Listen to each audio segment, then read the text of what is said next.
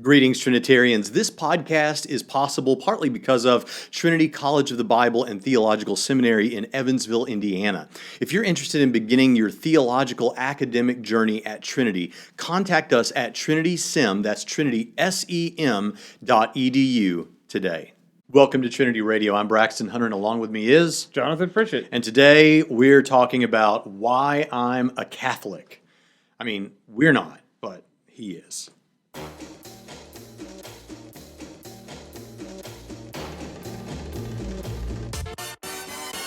So it's not heresy. It's heresy. Wow! They gave us nothing but tradition and no argument. All they did was get on this stage, yell real loud, and set a straw man on fire. Okay, I was not impressed. I've never heard of this gentleman before, but...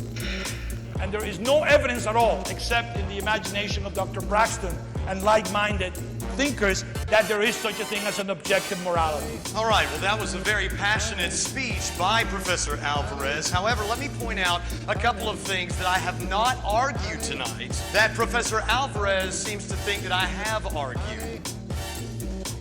Everything that begins to exist must have a cause for its existence.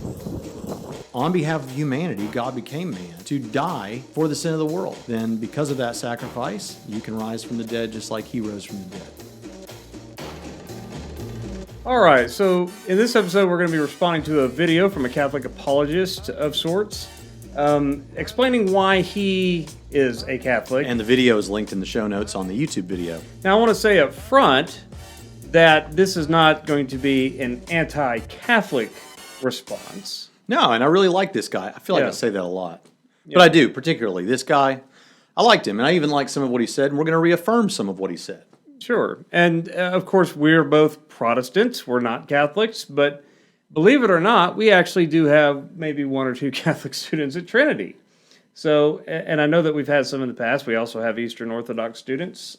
So we're not rabid Protestant apologists who are anti-Catholic. The episode is not why Catholicism is false. It's a response to one man's reasons why he's a Catholic. Right. So that's a little bit different. Yeah. Was that the end of your paragraph? I don't... Apparently it was. Yeah. All right, so let's jump right in. So the video, and I'll tell you what, even in preparing for this, see, we respond to this video particularly because one of our friends, in fact, Matt Chisholm at the Bible Brodown, sent us this video and said, you need to respond to this guy. Right. And sent us this video. Now, in looking over the guy's YouTube channel, I actually found some other videos that perhaps in the future we can deal with, where I think he gives more of what he finds problematic about Protestantism. Yeah. More of a defense that why way. I'm not a Protestant. Yeah, maybe it's why I'm not a Protestant. There's a lot of... that's an interesting thing, because we always hear evangelicals talk about how people will leave the Roman Catholic Church, they'll find an evangelical church, and they'll love the music and the less come on now, out with it. What's the right word? I don't know.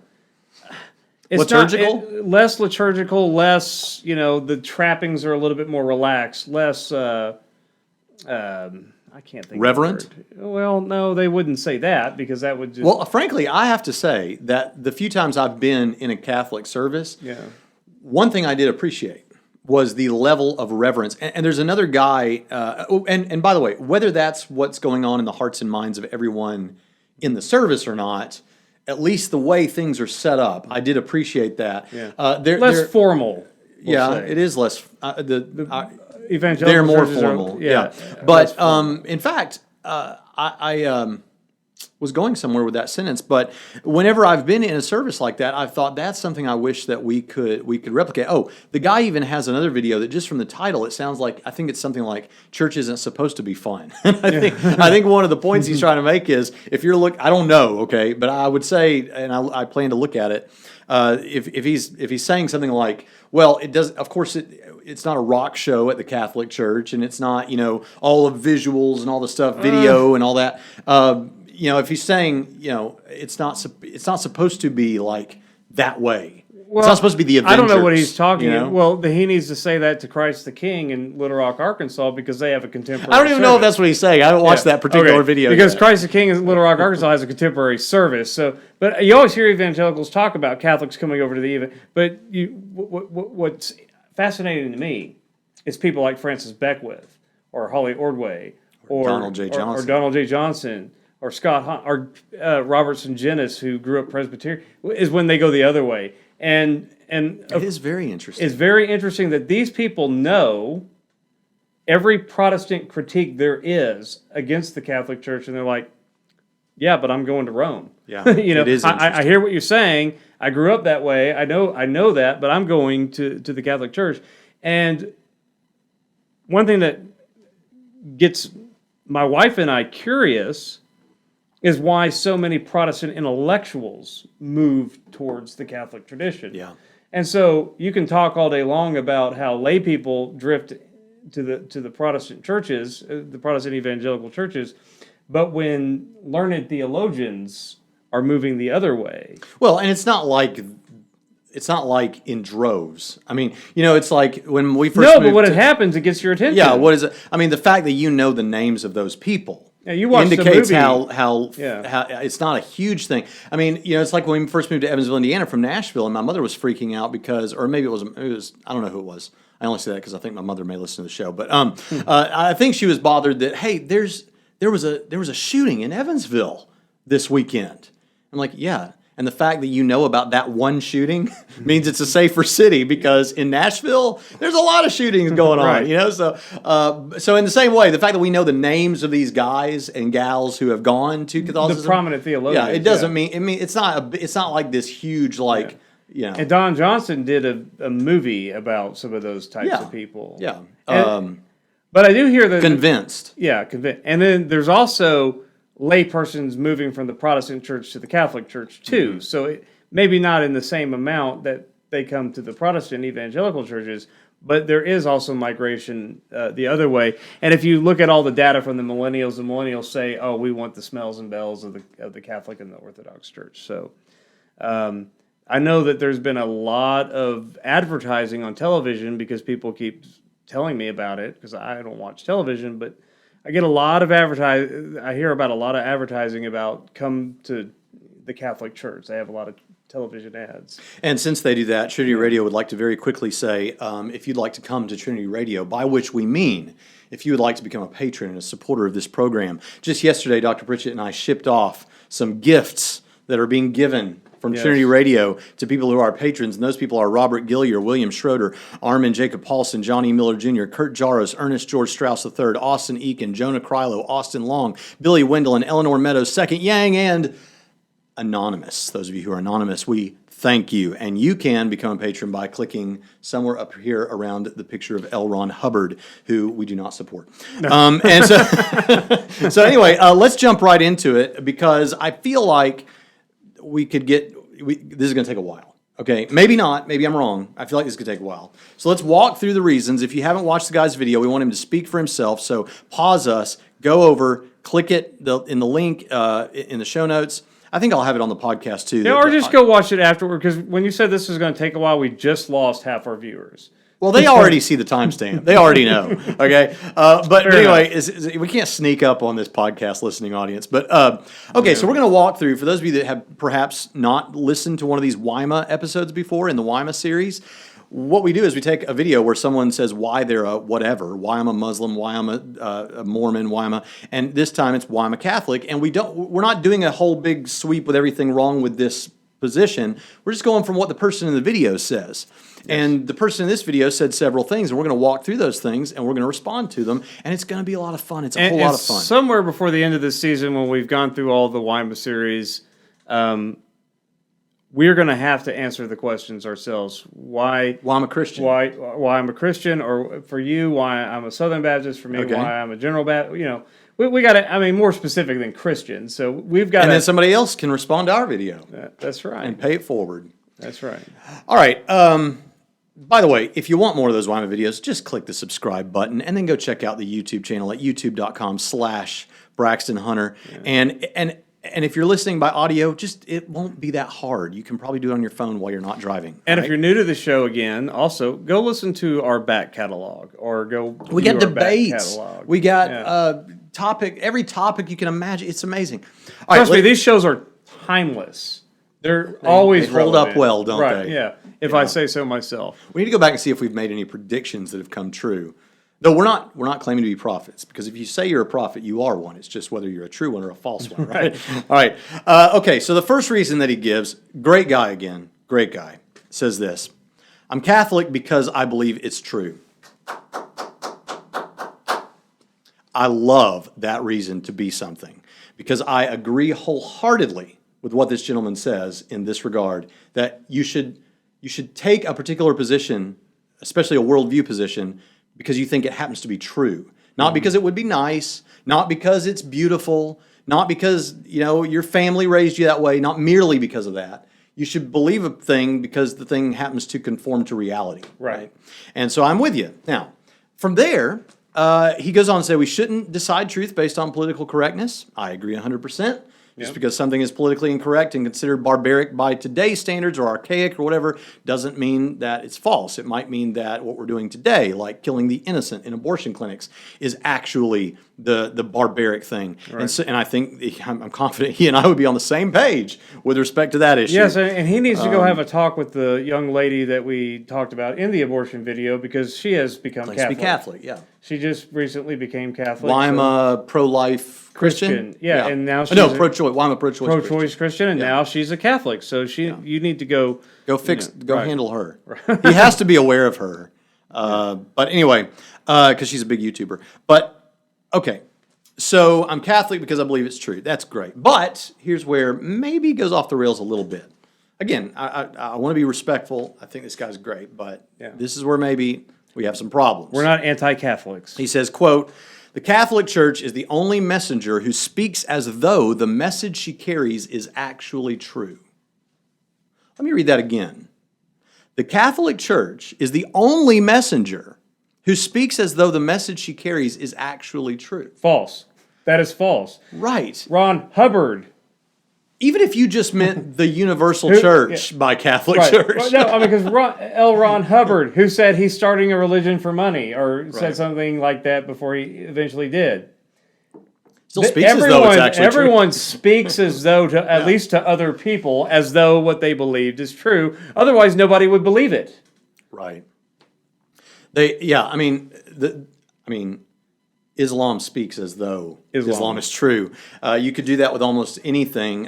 You might have some Eastern religions that even though some of them are speaking as though what they're saying is true, they're relativistic. Yoda speaks of the Force as if it was true. You're right. When I'm watching Frank Oz perform Yoda in Star Wars, I'm convinced that Yoda believes that there is a Force. Convinced that Frank Oz believes in the Force. I'm convinced that Frank Oz's his convincing performance as Yoda. I'm convinced that Yoda is Fozzie Bear when I listen to it. Oh, really? I mean, he is Fozzie Bear, but it's all Frank Oz. Yeah.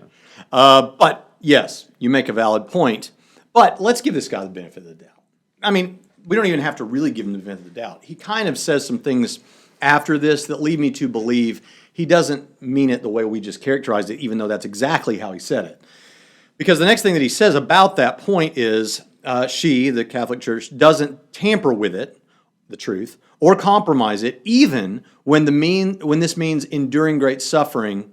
That may be me paraphrasing him. And he talks about the apostles were willing to die for what they believed, and generations of Christians after them died for their beliefs. Right. Now, this is something that we have seen happen in our little experiment called the Weimar series, which it's softer with Catholicism. Because they retcon everything into their, And so now the apostles are. See, here's the problem. Wait a minute. Let me clarify this, because I think this is a valid thing when you're looking at different worldviews to notice about people that talk about the world. And I don't think he's trying to do anything manipulative with the evidence here. But like with the Scientology, and don't anybody leave this saying Braxton Hunter thinks Catholicism is tantamount to Scientology. That is not the point. No. But what I am saying is this. when we were in the Scientology thing, what did that article say? The woman was saying that Scientology is fine because, and then she goes on to talk about how religious people have said X, Y, and Z, where there was a shifting of train tracks, where now she's using the history of religion to validate her Scientology, when those are different things. We see quite the opposite happening here, where this guy is talking about things that all Christians would agree. All Christians want to point to the apostles. All Christians want to point to the New Testament in the first century and the very early church. And then he's saying, that the deaths of the apostles, their martyrdom, is evidence for the truth of Catholicism, when that is precisely the very thing that we're trying to If you mean Roman determine Catholicism, it's kind of begging the question. If you mean Roman Catholicism, no. If you mean universal Christianity, sure. Because here's the problem.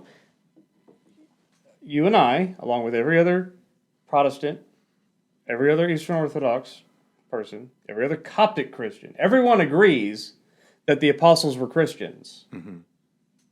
Only Catholics think that they were also, the precursor to the Roman Catholic Church.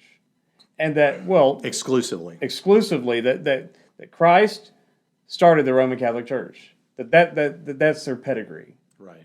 But no, that's universal Christianity's pedigree, but that's not the Roman Catholic Church pedigree by itself. Right. And so with that in mind, though... And most Protestants and fair historians will say that it wasn't until maybe the 6th century, even though some people try to argue earlier than that anything like what we see today is the Roman Catholic Church. Yeah. And then, of course, you have a lot of chaotic popes that the Catholics will acknowledge were... but this idea of unchanging truth, no, their dogma has changed quite a bit, Yeah, but with this in mind, what he's actually saying is not what he actually said. The Catholic Church is the only messenger who speaks as though the message she carries is actually true. What he means is they're the only ones who have demonstrably functioned as though they really meant it. But again, that's also true of Islam, and that's also true of a lot of other things. And as far as martyrs go, yes, it's true of some other religions, but even on the very specific details he gave, all Christians want to point to the apostles. Right. All Christians want to talk about the early martyrs. So you're right, it's begging the question. Okay, but then on the heels of that, he says it's countercultural. Now, let me just say right there that I think it is. I think Christianity, biblical Christianity, as well as Catholicism, is countercultural. However, that something is countercultural is not on its own a good reason to believe it. Right. ISIS is countercultural. Right. And back to Scientology is right. Nobody likes them. Yeah. Everyone hates Scientology. And I think he would agree. I mean, I don't know, but I would think he would agree with me that just it being countercultural. Really what I'm seeing happen, and we're going to see this more and more as we go through his other reasons, is he's giving you kind of a cumulative case. If we were putting this in apologetics terms, he was using kind of a cumulative case for the truth of Catholicism, or at least, I mean, I know he's not... He's giving you his reasons, but he's saying you ought to believe what's true. So he is kind of giving us an apologetic. And he's saying, it looks like he's saying all these little things, I don't think he would grant this, but not one of them in and of itself gives you a slam dunk for Catholicism. No. But when you line them all up together in one little 8-minute YouTube video or whatever it is, it starts to look like there's a lot of weight. However, this falls prey to the leaky buckets criticism, which we'll get to later. But anyway, on countercultural, he says, when culture wants to float along with fashion, it's Catholicism that stands against that current. Except for this new pope who seems to go with every... I mean... Well, okay, go ahead, because I have direct quotes. Yeah, I mean, this pope, most tradition... I mean, he is not... Francis. Yeah, Pope Francis is not Benedict, is not Ratzenberg. I mean... Slate Magazine said he is a flaming liberal. Yes, and I don't know if that's true. I'm just telling you what. No, it is true. And older Catholic conservatives, which in the terms we're talking about, kind of reduces to, how did he say it? Floating along with fashion, the fashion of the times. I don't want to be a jerk, but I'm just saying, if you're liberal, kind of in our context now on social issues like this, kind of means you're going along with. Yeah, I don't follow the Pope. This is not my interest, okay? Mm-hmm. But the fact that I know enough about him that whether or not it's true, the fact that I see headlines where the Pope tells somebody that God made somebody gay or whatever. Okay, but let's talk about that because I want to defend the Pope a little bit. Okay. I'm going to go full Jesuit here. My first impression is it wouldn't surprise me if he was saying that within the context of embracing the community as being biblically permissible. Now, I don't think that that's what he's doing, but the perception is, and I look at stuff like that and I think, this is more of what we're used to from this Pope, and it seems like that's a shift in the Catholic attitude towards certain behaviors within the Roman Catholic Church. Here's what's going on with that. Now, first of all, we understand that, that was a private conversation that is being reported. It seems to be true, but I wasn't there for the private conversation, so I want to give that caveat. It was a private conversation the Pope had in which he said this most recent thing, that the Pope loves you, God loves you, God made you that way. Okay? So now we would take issue with that. However, if what he means is what Catholicism has said now for decades, which is that the sexual orientation you might be born with, but it's the acting on it that is sinful, well, then that I'm open to that possibility. However, I would never say God made you that way.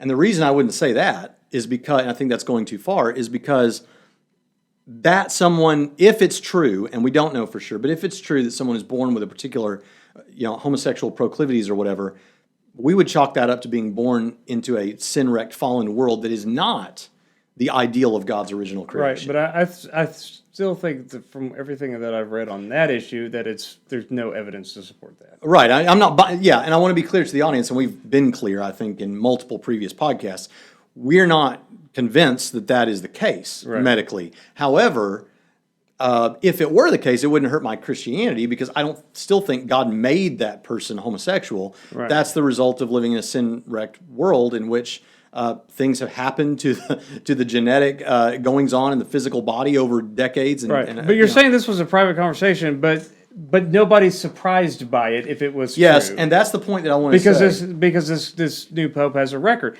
And I'm sorry to our friend here, but if popes are the ones who are ultimately responsible for the dogma and the doctrine of the church or whatever, it's not consistent. Well, they have disagreements within Catholicism, but the soft point that I want to make is, and he has said before, like, I'm not here to judge these people and blah, blah, blah, but let's just be charitable to the comment. Let's say that modifying it, he meant something like what we have said, which is if it is the case that if a person is born with that proclivity, then that's not the sinful thing, but the sinful thing would be to act on it. Let's just give him that. Still, he didn't word it like that. He has said things before that seem hospitable to the same-sex marriage movement and all that kind of things, just by saying, hey, I'm not here to judge them, and we need to this and that and the other thing. And so I want to be charitable to his comments, but I will say this. Like the LGBTQ or however many other letters now go in there, that group, the religious leaders who are in that group are loving this and are saying it in everywhere over the past 24 hours. And the Vatican's silent because they say they don't comment on the Pope's private conversations. So I'm just saying, if we're counting up, whether or not Catholicism floats along with fashion or stands firm against it, I give you that with the pro-life movement. I give you that with the pro-life movement. I don't know about this. I'm just saying it doesn't look like it in this case. Now, it may be that take the whole ball of wax, it's a different story. I'm just going on what's happened in the past 24 hours, right? But back to his earlier point that never changes. Right. Oh, come on. The history proves that easily. Yeah. And I'm sorry, and my Protestant friends don't like me for this, many of them, especially in the Reform camp. I make Protestant Christians own our garbage. We have crud. I'll use that word. We have stuff. And those Reformers, pretty wicked people, bloodthirsty tyrants, drowning people, all kinds of crazy stuff. Just offending everyone here today, aren't we? Yeah. No. I'm equal opportunity offenders. Our Protestant history, a lot of bloodshed. Not always great. And I'm going to make us own our stuff. Mm-hmm. No historical revisionism. What about the Anabaptists and the Puritans and all those? And the Anabaptists some of those Anabaptists who blew up that room full of people. Yeah, I mean, all of it. And that wins me no friends with your Southern Baptist folk. when I remind them. They just be like, we're not Protestants because we're not when they're- protesting anything. No, I know. That's what Baptists always say. No, when they cheer me on for the litany of reformers doing horrible things, and I say, well, wait a minute, but you guys love the Anabaptists, and here's this ordeal where they blew up a room full of people. You guys have your problem too. Well, there's the murder in Evansville principle again. That's one case. But here's the thing. No, but here's the thing. We're going to own our history. I'm with you. Because if we start denying reality, that just makes us look ridiculous to the world. To say, if we start denying that Christians defended slavery in the antebellum South using their Bibles, we look stupid. Okay, because that's demonstrably false. We have to own our stuff, and guess what? Because I will do that, I'm going to make the Catholics own their stuff. Well, good on you, brother. Yeah, Nobody gets no free passes for any Christians. Like I said, somebody objected to me saying this, but Christians have done a lot of terrible things, and a lot of terrible people in the name of Jesus. Just calm down. And so my Catholic friends are. If I'm going to make my fellow Protestants own it, calm down. You haven't taken your medication. don't make these guys own it. You didn't take your testaments today. All right, let's move. Let's I'm move just saying on. we all have to own our stuff, and he gets no free pass. Catholic Church I'm with you, is man. That's why we're doing this video. horrible things in history. That's right. Okay. But it's going to get more interesting as we move on. Here's one thing that he says here's another example of something every Christian wants to own that Catholicism, at least according to this video, is claiming for themselves. The rapid spread of Christianity as evidence of like providence, the rapid spread of Christianity. God must have had something to do with that. Yeah, I agree. And both of us are sitting here going, Yep. Yep, What does absolutely. that have to do with the Catholic Church? But that again begs the question of whether early Christians meant Roman Catholics, right? All right. Here's one I'm going to give them. I'm going to give them this one. Maybe some of our listeners will tell me that I shouldn't give them. I'm going to give it to them. Catholicism pretty well began the scientific method. Okay. I mean, Fine. yeah. And atheists gave me the iPhone or something. No, honestly, I'm with you. I think even in the last episode, we talked about how Christians, believed that we live in a rational cosmos, that it obeys certain laws and is orderly because there is a rational mind behind the creation of the cosmos. Yes, So we expect that. I like Catholic theology in the Middle Age. I like reading Aquinas. Yeah, I mean, look, Anselm. just like I said, my rant earlier, We're going to own the good stuff too, man. Yeah, I'll get good stuff too. You've done some good things. Right, man. Catholics do good things today. Yeah. So, okay, good. It's okay. We're not out to get you. No, just admit you're junk. At least not in this video. Well, like I said, I expect Protestants, even though they don't want to, I make them admit the horrible things Protestants done. I want Catholics to own their stuff. You talk about the good things that the Southern Baptist Convention has done. Yeah, I First did. on the scene when there's a tragedy or something. Yeah. Yeah, there's good stuff. Better than the federal government's See, FEMA I tricked him. I organization. tricked him into saying good things. I give the Southern Baptist props where they're due. Okay. But let's just recognize reality is what I'm saying. Yeah. And that's part of reality. Well done. And thanks. But will you talk about your own people? What's wrong with the General Baptists? Nothing. Okay. I haven't been one long enough to find their problems. Biased. And then as soon as I find their problem, You'll go be Assembly of I'll tell you God. one thing bad about them. What? Huh? You'll go be Assembly of God when you find their problem. No. One of the problems that they have is they frown on education. Which But I see, think this is the dumbest position. he didn't make this point, but this plays into what I've heard other Catholic apologists say, which is exactly what I'm characterizing you as saying, which is if you don't like it at one place, you just go to another denomination, go to another church, just bounce around. And there's no like what if you were cheating on your wife and the church wanted to hold you responsible for that? They can't because you'll just up and leave and go somewhere else where they'll be like, it's fine, man, come on in here, we won't say anything. And there's no authority over your life from the church. And I agree with him on that too. I'm like, I don't necessarily agree with them because I don't think that what they're calling Roman Catholicism now is the same thing that was in the 3rd and 4th century. I mean, they're totally different organizations. I mean, there's really not much tether there like they claim. But I will, like, when Catholics make arguments from tradition, that some things we have because of tradition, like the canon of Scripture you have because of tradition. Now, I'm not going to say that that's their tradition, that they get to claim that process of identifying a canon, but for their arguments for the validity of tradition, they bring that up.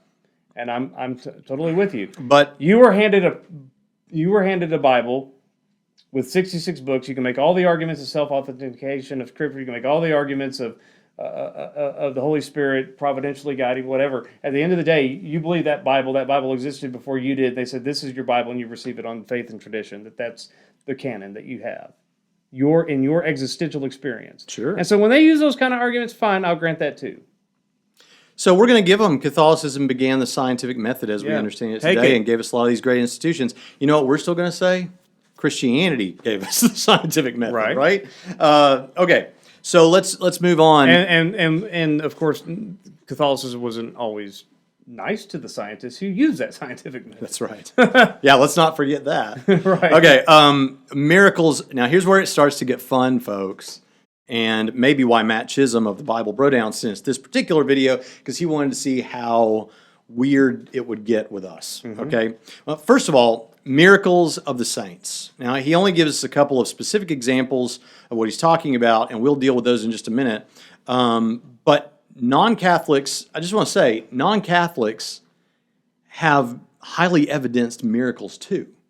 Like, miracles are not the property of Catholicism. Nope. I mean, do I doubt that there have been some miracles happen to some Catholics? No, I don't doubt that. Of course I think there have been. Right, But because I Christianity is true. But yeah, and he talks about how, like, when you have a saint, you have to figure out what the miraculous things were attached to their lives, and all that. And they enlist even, outsiders who are not Catholic. In some cases, I think they even have atheists to come and to investigate these things and see if the miracle claims. Yeah. And if there's any naturalistic explanation, then it's not a miracle. When they're like, I don't know how this there's no naturalistic explanation, then that gets determined a miracle. Right. And we have that stuff too, man. In fact, we certainly think there's a lot more saints than what you guys think, because I can go into almost any Baptist church, and I've done this, by the way, and I'll say, how many of you, because I do this thing I talk about heaven, I've got a sermon on heaven that I preach, and so I'll ask this as part of that whole thing, that whole sermon. I'll say, how many of you, by raising your hands, have a loved one, or it's been true of you yourself, that you had some disease, like riddled with cancer or something like that, and they were like, there's no hope, there's no way, and then at some point, gone. It was better. You were healed. And guess what? I've yet to go into a church where multiple hands don't go up. Now, did we have like a quorum who got together and investigated that? No, but we had a medical professional, a team of medical professionals perhaps, and this stuff gets written up in the scientific journals. So, I mean, this happens. But just so you know that we do in the non-Catholic Christian realm take this stuff seriously. Here's what C. Stephen Evans had to say about Craig Keener's 700-page tome on miracles. Keener's, do you like Keener? I love Keener. I know you like Keener. You think he's one of the smartest people on earth. don't you? Yes. If there was one person that I could trade my brain for, it would be his. Wow. There are no New Testament scholars worthy to untie his sandals. Keener's study includes hundreds of reports selected from thousands of credible eyewitness accounts of miracles. Many of these occur in what he calls the recent West, thus clearly undermining Hume's assumption that miracles came from ignorant and barbarous tribes in faraway times and places. However, even more, such claims come from the global South, and Keener has carefully collected, critically examined, and evaluated a mass of such claims from Africa, Asia, and South America. It is not possible in a brief review to do justice to the quantity and quality of this evidence, and this has been a extremely celebrated work, even by Catholics. Even by Catholics. Even by cessationists have to go, huh? Yeah, what do we do with this? I mean, this is the book on miracles, at least among Protestants. And guess what? I've heard several Catholics talking about this book and using it as an evidence too. So miracles are not the exclusive property of Catholics. Nope. Maybe what he means by that is that they seem to specifically be with respect to saints. So here's where it gets interesting. Okay. Do we get our tinfoil hats out now? Is that what? Well, Chisholm's trying to do? I'm not going to say that. Is that what Chisholm's after? Probably.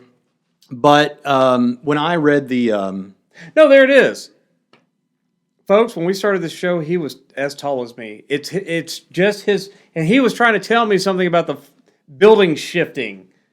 I think the What it is I think the building bad has posture. shifted. It's bad posture. So if I have correct posture, I'm taller? Is that what we're saying? Yes, that's what it is. Because no, the building didn't slant over the weekend. Well, we'll see. It's bad. I caught you. Okay. Hi, welcome to I don't have good posture. No, you have terrible posture. But could I have posture enough that if I was dead for 1,000 years, I would maintain my upright position? Because that is where we're going next. oh, the non-decaying bodies. Incorruptible, to use biblical language.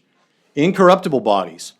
All right. Let's slower decaying bodies. Now hold on. Okay. Now let's hear the evidence. Now this is from howstuffworks.com because I wanted to get a non-religious source talking about this and describing it. And I have to say, there's something there's something about this that's interesting. There's something about the way you Look. I'm sorry, you're doing this weird. I'm trying to do a podcast here. No. Should we just stand up? Is that where we're going with this? If we stand up, I'm shorter. To keep being. You like more being positive, yeah. taller some of the time. Sorry, I won't do that again. Okay, here we go. You ready to? Can you pull yourself together? Yes. Okay. Can you I sit don't know up if- straight? I mean, No, this is it. This is what you Okay. get. Okay, I'm comfortable. Saint Sylvan. Now, here's a couple of cases of incorruptible. So the claim is that we have these saints that were buried and exhumed later, and their bodies were not corrupted, had not decayed, had remained pristine or close to pristine. In fact, did you read the Brothers Karamazov? years ago. Okay, I'm trying to get you to stop thinking about how we're sitting and listen to what I'm saying, okay? Stop it. The Brothers Karamazov. Do you remember the priest in the Brothers Karamazov? All right? You know what I'm talking about? Okay. That guy has one of the most beautiful, lengthy speeches in the whole book that has a heck of a lot of speeches. Yes. And yet it's the grand deliverer, or the grand inquisitor, that's right, that is the one that gets all the fireworks. Right. But that priest, man, he said some stuff. He basically gives the history of the world in that speech. But he dies, and is it him? I think it's him that they say this about. They expected him to not decay, because, man, he's for sure, if anybody's going to be a saint, it's going to be him. And they talk about the smell was like worse than a normal person dead. Yeah. And it was a big scandal in the town. But that's what we're talking about. When someone dies and they're exhumed later and they are not decaying, then that is an evidence that they're to be a saint. That's something supernatural going on there. So we've got a couple of examples of these. One is from, and these are like the two of the most prominent.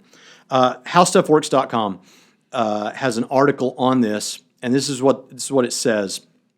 Saint Sylvan is on display at the Church of Saint Blaise in Croatia. He was martyred in the 4th century. After the 4th century, after nearly 1,700 years, his body remains intact. His eyebrows are still in place, and his curly hair remains lifelike. His skin has retained a remarkable amount of natural color, as have his lips, man. That's from the article, How Can a Corpse Be Incorruptible? Okay, now, here's another one for you. Okay, same article. Perhaps the most famous incorruptible is a young shepherdess, Saint Bernadette. She died at age 35, but achieved acclaim among Catholics for having been visited by the Virgin Mary. The Virgin instructed Bernadette to dig in a spot at Lourdes, France. A well sprung up and came to be regarded as a healing place. Bernadette died in 1879 and was exhumed under candidacy of beatification in 1909. Her corpse was uncorrupted. She was reinterred in her crypt and dug up again in 1919 and in 1923. And let's see, do I want to read any more of this? Upon the third exhumation, she was dissected. Her organs were still soft and malleable.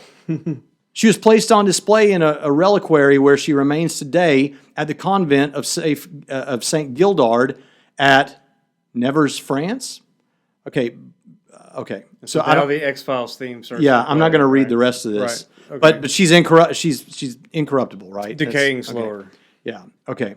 All right. What do we want to say about this? These two Creepy. things. Creepy. It's weird. Now, I have to admit, and even the How Stuff Works article did say this, that there's something about, like, they can't exactly explain what's going on here. Okay? It's weird. It is weird, and science doesn't quite have an answer to the full scope of what is happening. Of why some bodies decay slower. Well, some people claim that these are hoaxes. The skeptical community has people that claim that. Some people claim Not all the skeptical community, though. no. Some of them are willing to admit, yeah, this is weird. We don't know. Weird. You know, They affirm that there's probably some naturalistic explanation that has yet to be discovered, but they're not claiming it's a hoax. Some of them are. some of them are not claiming it's a hoax. I don't think it's a hoax, Well, but there's also another problem. okay. There's a couple other problems. Right. First of all, on each of these cases, what about Sylvan? What about this Saint Sylvan? From Skeptoid, which is a skeptical place dealing with this, which can't believe I'm quoting a skeptical paper here, but the body appears to be perfect. It is a sculpted effigy. St. Sylvan's actual remains are said to be contained within the box below the effigy, but there is no display signage to explain this to the faithful, and many come away with photographs of what they think is the actual body. If he's incorruptible, as the church claims, why display the effigy instead of the body, like they do with other things? So when you go see this guy, you don't actually see body. him. You're seeing an effigy. And people think that's him. It's not him. Okay? So we'll take that one out of And consideration. they don't make that clear enough. They don't make that to- cleure according Shame. according to Skeptoid. Okay? All right, but let's get a little more reputable. I have sympathies with that kind of thing. Having been to Israel and seeing that this is the tomb of Jesus, and then someone else says this is the tomb of Jesus. Right. Why don't you just say We don't know, but we think maybe. we don't know? Here's the evidence. But here's what a first century tomb that Jesus might have been in looks like. And, Right. and that's just as good. Right. Cool, something from the first century. It was something like this. Awesome. But no, you have three different sites all fighting over I've been to Israel with little old ladies in church groups, and I've been to Israel with scholars. And let me tell you what almost universally happens. Church folks think that it's the garden tomb because it looks right, though they can't quite. Sometimes they're just like, I just feel that this is it. And then scholarly people think it's the Church of the Holy Sepulchre because reasons. So anyway, Because of yeah, so not good So reasons. all right, so here we go. What about the probably the most famous case, which is Saint Bernadette? Yeah. Atlas Obscura says this: the not quite incorruptible Saint Bernadette of Lourdes. This is an article there. at Seeing the Atlas not Obscura. quite incorrect. As part of the Decaying slowly. as That's what part I of the keep- canonization process, her body was exhumed 3 separate times, as we say: 1909, 1919, 1925, when she was moved to the crystal casket. Her body was pronounced by the church as officially incorrupt, but it seems the qualifications for that term may have been somewhat lax. In the words of the attending doctor in 1919, quote, the body is practically mummified, covered with patches of mildew and quite a notable layer of salts, which appear to be calcium salts. The skin has disappeared in some places, but it is still present on most parts of the body. After a few ribs were removed to be sent to Rome as relics, it was decided that the blackish color of her face might be off-putting to pilgrims, and so a light wax mask was in order. Her new face and hands were designed by Pierre Imams, a designer of fashion mannequins in Paris. Gross. So she didn't look that great. She kind of, parts of her are falling apart, so a wax. And we're taking bones away to... And a designer was brought in to make it look real. Yeah. What are you doing to the dead people, Catholic folk? I mean, come on. Okay, so that's one reason, and you could do this with each of these. Yeah. There are things about it. Okay, she's decaying slower, like you say. But But she is decaying. It's rough. And guess All right. what? There are also non-saints. Yeah. Do I have that one in here? And at least one case of incorruptibility was discovered, this is again from the How Stuff Works article, in a person who clearly hadn't exactly lived a saintly life. Cardinal Schuster, an Italian archbishop, had been a fascist and friend of dictator Benito Mussolini. His corpse was found uncorrupted 31 years after his death. Now, but that's not the only problem. So first of all, the ones that we're saying are incorruptible are kind of sort of corruptible. And the ones that were, and then there are other ones like that, and they're not saints. In fact, they're not the greatest people. But then add to that this: other religions have this same phenomenon. And why don't we have a lot of Protestant? Because we don't go digging up We don't dead dig these people up. Like, I'm not going to go check on my dad to Billy see if he's decayed or Graham. not. Billy Graham. Yeah. If we had saints, Billy Graham would be chief among them, and we're not digging him up in a few years No. to see what's going on. Please don't. I hope not. All right. So But now that it's out there, some weirdo is going to grave rob. yeah. So anyway, but these other religions Gross. have it.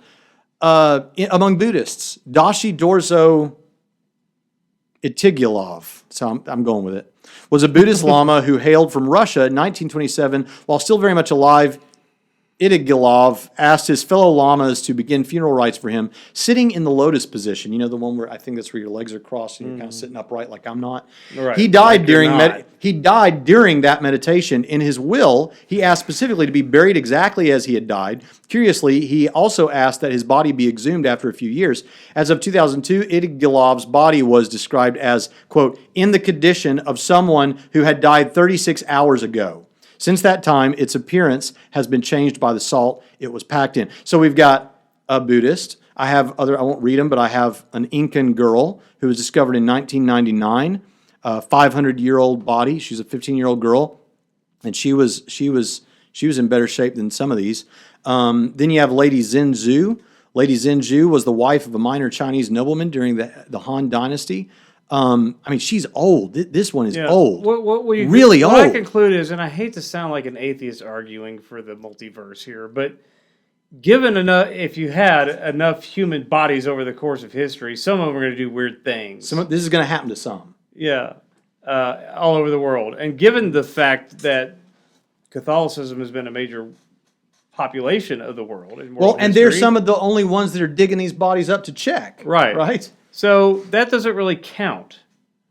Now, I hate it because a clever apologist thinking, yeah, that's what they say about given enough universes, one of them is going to be life permitting.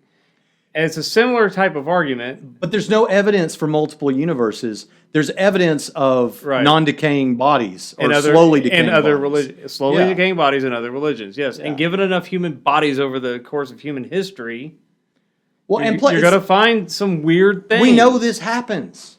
Right? Unless he wants to affirm that Buddhists are also right, which he can't do because of his first point, which says there's truth and Catholicism has the truth.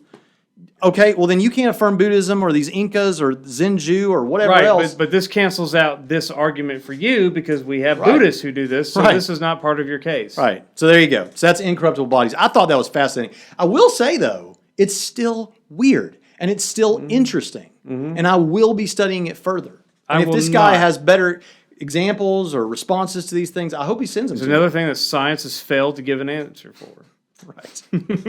Okay, now you have the last one, which is Marian apparitions. He talks about a particular case in Cairo where... and Our Lady Fatima, and then the one in Guadalupe. Yeah, there's a lot of them. Yeah, they're weird. This is weird. Mary appearing to people, weird. Now, wait a minute. This is what's interesting about this. Yeah. He didn't say this, but I've had skeptics say it to me.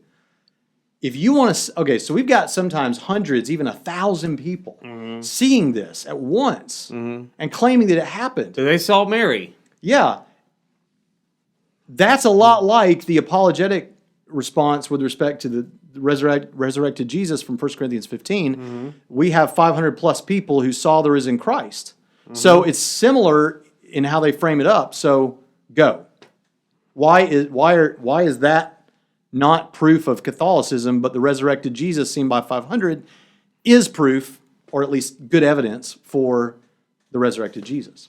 Well, first of all, the resurrection of Jesus was a bodily resurrection that convinced those 500 people to give their lives for it. That's a key element. They were willing to die. If you wanted to, and he didn't frame it up like this, but if you wanted a one-to-one comparison, you would have to have some of those people willing to die for the claim that they saw Mary and change their religious practices because they saw Mary. Right. And they saw a bodily Mary. And if you say, well, you're just raising the bar, no, because we're trying to create a apparition of bright light Mary glow is not the resurrected Jesus. I don't recall seeing Mary eat fish. Right. Okay. Hanging out with people, in the same kind of... It's not the same kind of... A bodily physical resurrection... In the example he gave, that case, Mary didn't even speak. Right. Now, this is interesting, because my problem is not, could Mary appear? Fine. That's fine. Maybe, what if one of these is true?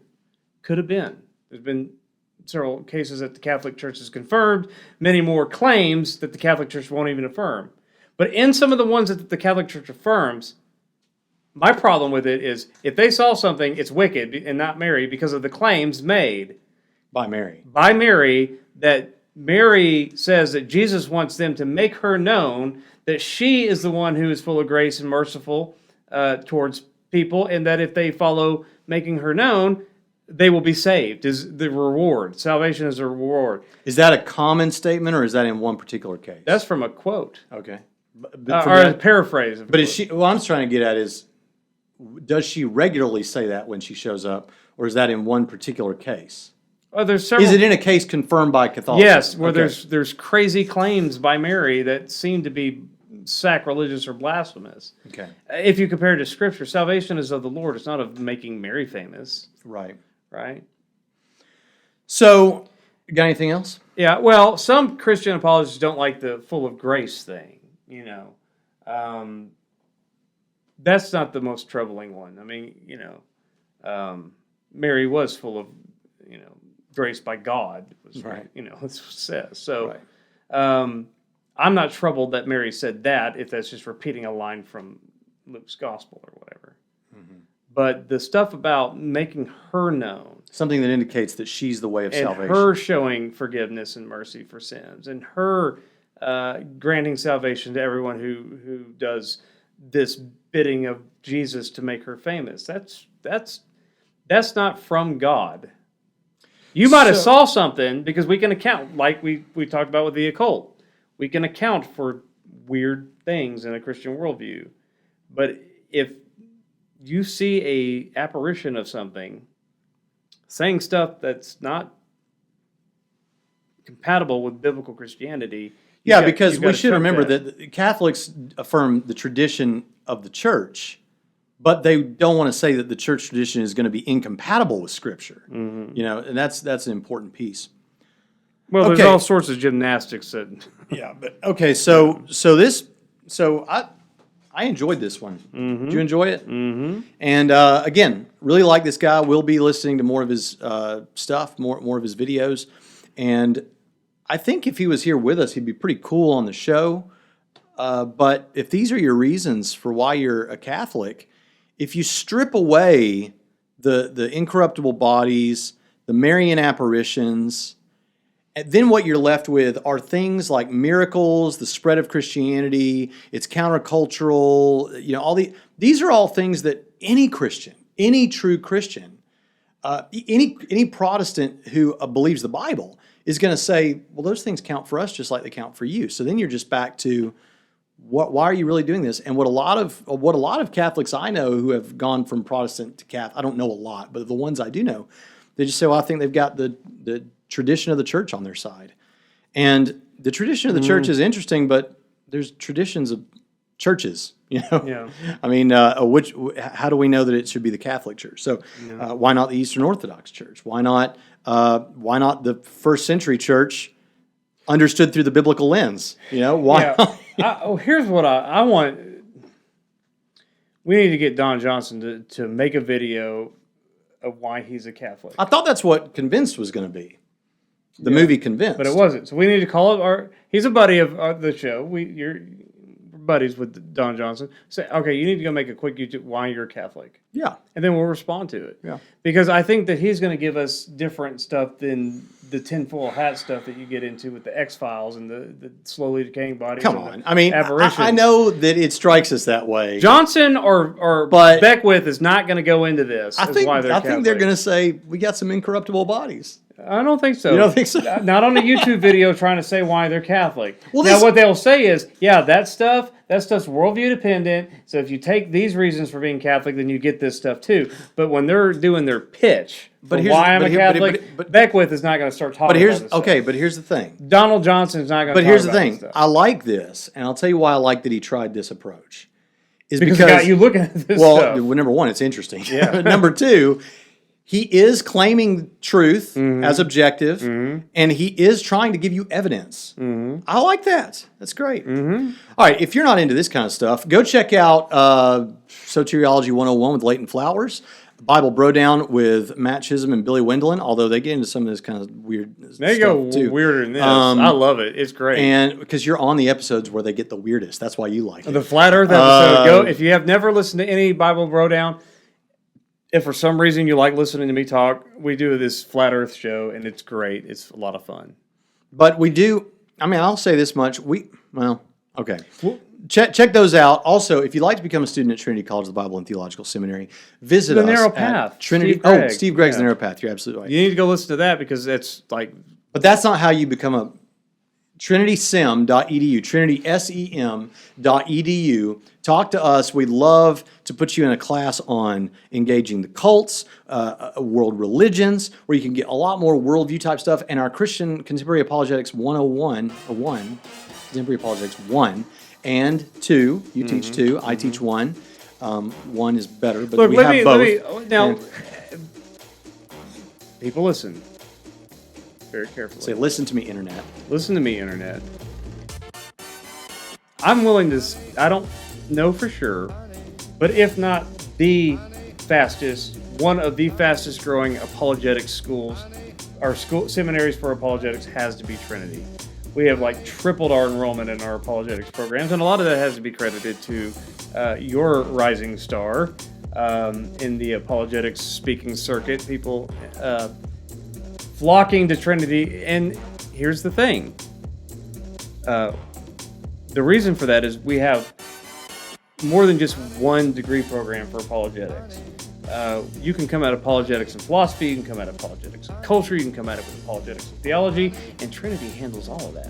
We have experts in all of that. So if apologetics is your thing... Dr. Jonathan Pritchett. Yeah, whatever. If apologetics is your thing, you can come here and learn from, yes, me, and of course him, and several other wonderful profs, and this is the school for apologetics. Right on, man.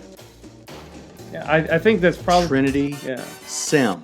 But we also have other programs. We have programs in .edu. biblical studies and theology. We have programs in biblical counseling and in Christian counseling and pastoral ministry and expository preaching. All kinds of degree programs.